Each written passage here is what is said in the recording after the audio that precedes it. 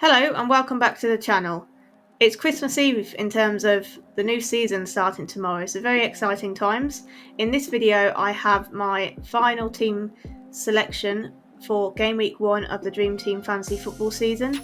I didn't think I was going to make any changes, to be quite honest, but I've had a last sit down and I've actually come up with a couple of changes, so I'll be very interested to hear what you think of those changes. Just as another note, I'd just like to thank everyone for tuning in to my content since I launched the channel. I mean, it was less than a month ago that I have launched the channel, and I've been very blessed with all you guys tuning in, liking the videos, subscribing to the channel and joining my mini league. If you would like to join it, you're welcome to. The code is ZBB6SA. But my main aim for creating this channel really was to just talk about something that I enjoy. So football means a lot to me. I grew up becoming a fan generically of football, you could say. I don't support anyone. My family's not really into football. I'm not sure where it's come from, but you know what? It gives me an escape from my daily life, from my work, and fantasy football is just like another layer on all that excitement. It just makes watching the games even more exciting, especially as a neutral fan. So this is my passion. I think I have good knowledge to share with you. Obviously, I've not shown my face yet on the screen. I'm not ruling that out in the future, but I'm a new channel. I'm just getting used to sort of delivering my information, which I do think there's always room to improve that. And I think by being off screen for the moment, it will just make me better in the longer run. So stay tuned. One day I might well show my face, but hopefully the content is good enough that you're staying engaged despite myself not being on the screen. Obviously I do have that little backing track in the background, which I think works well. If you'd like to let me know your comments, then please share them. I just want to improve. So I hope you enjoy the video. Very excited to share with you my team selection for game week 1. So let's get started. So starting with the forward line, as I have done in all my draft videos, João Pedro still remains there. I'm not going to go over him in too much detail because I've already done that, but essentially he had a great season last season. He's going to be the number 9 for this season. He scored 7 goals and 2 assists in pre-season. So he's already hit the ground running for the season. He's had a full summer off, bit of rest, full training, pre-season games. He's been given the number 9 shirt. Chelsea have a great 2 fixtures to start the season, Fulham away and Brighton at home in terms of Premier League. They do have that EFL Cup game as well in game week 1. I'm not expecting him to feature or certainly start. He's not going to start, but he could quite easily be on the bench and he could come on and get an attacking return if Chelsea aren't doing well in that game. So that will just be a bonus. If he doesn't play, that's absolutely fine. So very happy to have him in my team. Complete lock. And then we have Haaland. It was good to see him start in the Community Shield, although he didn't have the best of games, but to be honest, don't think he had the best of service, and he was playing against that strong Arsenal defence. It's just too difficult to go without him in the first game week, just because you need to make a load of transfers and have enough money to make the moves to bring him in the second game week. He's also, his ownership sort of 75% at the time of recording, so really going against the grain if he hauls in this first game week. So yeah, he's staying in my team. Obviously the highest scoring player in Dream Team last season.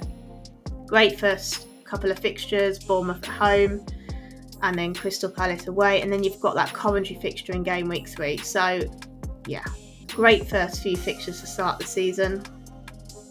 He is currently my captain and I think that's going to stick. Obviously I'm a bit worried he's not going to get the full 90 minutes, but we know what he can do in 30 minutes. Times last season he'd come off the bench, for the last 30 minutes and he'd got 2 or 3 goals. We've seen it before, so I'm not too worried about the minutes. He's obviously on the penalties and things like that as well. So I just don't want to risk going against him so early into this Dream Team season. Maybe if it was a bit further along in the season, I might have taken a bit of a punt. But no, we just got to stick with the pack for now, I think, at the start of this season and not slip down the leaderboard too soon. That's my thinking. So I think he's going to stay. If I go against him, basically I'll be worried. And I think that means that it's probably the right decision to stick the captain's armband on him for this first game week. So there is my front line. So now I'm going to move on to the midfielders and explain why Calvert-Lewin is no longer in my team. Into midfield then. So this is where I've made a couple of changes. Let's start with the players who I haven't changed. Mbeumo and Fernandes double up attacking players for Manchester United against Hull away in the first game week, with the view to hold on to them for the second game week as they have the home game against Ipswich as well. I've touched on these guys both numerous times in previous videos, so I'm not going to repeat what I said, but essentially there's goals and assist threats between those two guys, and Mbeumo is likely going to start up front. Okay, so number 9, only 4.5 million, no brainer. Fernandes on all the set pieces, corners, penalties, free kicks, etc. Nothing much more to say. Similarly with Solis, I've talked about him so much, you're probably sick of me talking about him. But I will say something. I've had him in my team from the very beginning, and I remember seeing he was owned by 4.6% of managers. Since that Community Shield game, when I've looked today, and now he is at 18.9%, but basically 19% of managers have Solis in their team now. That's like 15% increase since that Community Shield. So, as I've said before, I wasn't afraid to share with you my good feeling about Solis in previous videos. But it's a bit of a shame that everyone was to have seen him in that game, and now quite a lot of managers have him in their team now, so it's not too much of a differential. But to be honest, if he starts this game against Cobb, I do anticipate he's going to do very well, and everyone will see what he's capable of after that game anyway. So he was only going to get better and more popular in this game. So that's the 3 that have stayed within my squad, and also Utara has stayed as well. So I did have Wilson, but as I said, I downgraded him to Utara to allow me to upgrade Mosquera to Gabriel. So still happy with that. Utara, he scored 7 goals and provided 8 assists in 37 appearances last season. I have done a little bit more digging though. He only started 75% of games last season. So him starting is not a guarantee, but he often comes off the bench. But I think he'll start this first game. In pre-season, he scored 2 goals and 2 assists. So I think he'll start. And if he doesn't start this Tottenham game, he's going to start the Birmingham game in the EFL Cup. He's going to start one or the other. There's a chance he could be involved in 2. And that's one of the reasons he's in my squad. Last season, he started 2 out of the 3 EFL Cup games that he was involved in last season, and he was subbed on for the 3rd game.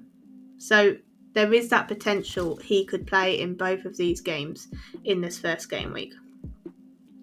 He's only owned by 0.5% of managers. But Schade, on the other side, who is also now in my team, is owned by 1.9%. So almost 4 times the amount of managers have Schade over Utara, which I think is quite interesting. Schade did start 90% of games last season, so he actually started more games than Utara. And he scored 8 goals and provided 4 assists in the 39 appearances that he made. So similar on the goals front compared with Utara, but scored half as many assists really on average. He too has scored 2 goals and provided 2 assists in pre-season. So pre-season stats for Utara and Schade, exactly the same. Sharda also started 2 out of the 4 EFL Cup games last season, and he was subbed on for one of the other games as well. So he was involved in 3 out of the 4 games, EFL Cup games last season. So I too think that Sharda could be involved in 2 games this first game week as well. They're more than capable. Start of the season, they've had a full pre-season off, bit of rest, bit of training, raring to go. These guys can quite possibly play 2 matches in the first game week. Start of the season, they'll want to build momentum. So that's another reason that they could both play. In terms of the Sun Dream team, I want to maximise my opportunities to gain points at the start of the season. So if I pick players that I think are going to play in 2 games, I have potentially twice as many chances of gaining points. Who have I downgraded to get Sharda? Calvert-Lewin is no longer in my team. And while I think Calvert-Lewin is a great option, my concern is that he goes away from home for that first game week against a Nottingham Forest team who I think look very defensively sound this season. They've signed Diamonde from Ivory Coast. They've signed him to add to their already Milenkovic and Murillo. So they've got 3 big, strong centre-backs now. And they're also going to play with wing-backs. Managed by Glasner. So at home, I think Nottingham Forest could keep a clean sheet in that game. And Calvert-Lewin could be a bit limited for shots on goal. He likes to score with his head as well, and if you've got those 3 centre-backs in there, I think, who are very tall, I think he could struggle a little bit. So I think he's potentially just relying on getting a penalty. My personal opinion anyway. So that is my reasoning for Calvert-Lewin to be their sacrifice to get Sharda in the team. So Sharda and Utara, they obviously have that home game against Tottenham, which doesn't look great, but I think these guys have potential against the fullbacks of Tottenham in this first game. It's likely Pedro Porro is not going to play because he's been sort of celebrating following Spain winning the World Cup. So I think Archie Gray is going to be on that side where Sharda's going to play, which, yes, he's young and, is fit, but it's not his natural position, is it? And also on the other side for Utara, you've got Andy Robertson most likely. Both of these guys have played mostly in pre-season. And Robertson's not getting any younger, is he? So I think they're going to try and exploit the fullbacks of Tottenham. And of course I haven't got enough money to get Thiago. So I think my route hopefully to some Brentford points is through these 2 wingers. So, yeah, in a nutshell, I think Calvert-Lewin could struggle against this defensively solid Nottingham Forest team. And I don't think he'll play the EFL Cup game, so he's literally limited to that 1 game in the first game week to hopefully get some points. And if he doesn't get any points, then he's likely going to face a price drop. By moving him out and getting Sharda in, I have 2 players here that could potentially play 2 games in the first game week, Sharda and Utara. So I have maximised my chances of them getting some points on the board, so at least they can stay the same price, or even better, they can increase in price. So that is my thinking. I think I'm happy with this, but let me know your thoughts in the comments below about this switch. So in defence, I have kept the same players as in my previous draft, but I do have some additional information to give you to help justify my decisions, and I'm very happy with my 3 in defence. So we start with Muharemovic for Leeds. Big signing for them in their centre back position. He scored 2 goals and provided 2 assists last season, and he's scored already in a pre-season game. He has been involved in all 3, well, he's actually started all 3 of Leeds' pre-season games as part of a back 3 on the left. He is their only left-footed centre-back. So that's where he's going to play.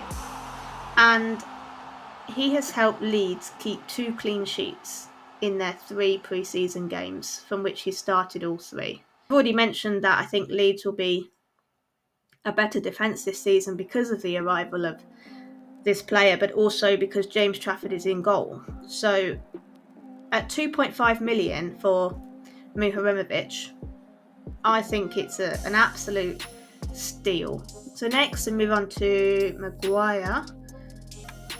Interestingly, started all the games since Carrick became in charge of Manchester United back in January. He only missed 1, but that was through suspension. So I think it's safe to say Maguire is very much favoured by Carrick, but you do need to keep in mind that De Ligt has been injured for all of that time as well, since Carrick's been in charge. But I still think he's favoured. And he started all the pre-season games as well. So I don't see why he's just going to be dropped just because De Ligt is back. I mean, I think he's just started training. I don't think he's going to be straight into the team anyway, De Ligt. But I don't think he's going to then become first choice over Maguire, really, based on what Maguire has done since Carrick's become in charge. So I'm very happy that he's a guaranteed starter and he's going to play the majority of games and most games. Obviously, he poses a little bit of attacking threat as well. 2 goals and two assists in 25 appearances last season. So not too bad considering he didn't play all the games. He only played 1,700 minutes or so. Some players play double that. But I think his attacking threat is going to be greater this year, as I've touched on before, because Casemiro's gone. He will be the target man in those boxes for the corners and free kicks. Hull away and Ipswich at home, and then Everton away. So the chance of clean sheets in all 3 of those first fixtures, and he has the attacking threat. So very happy with Maguire. And then lastly we have Gabriel. So I've upgraded Mosquera to Gabriel in my last video, and I haven't looked back. Yes, he is £1 million more now.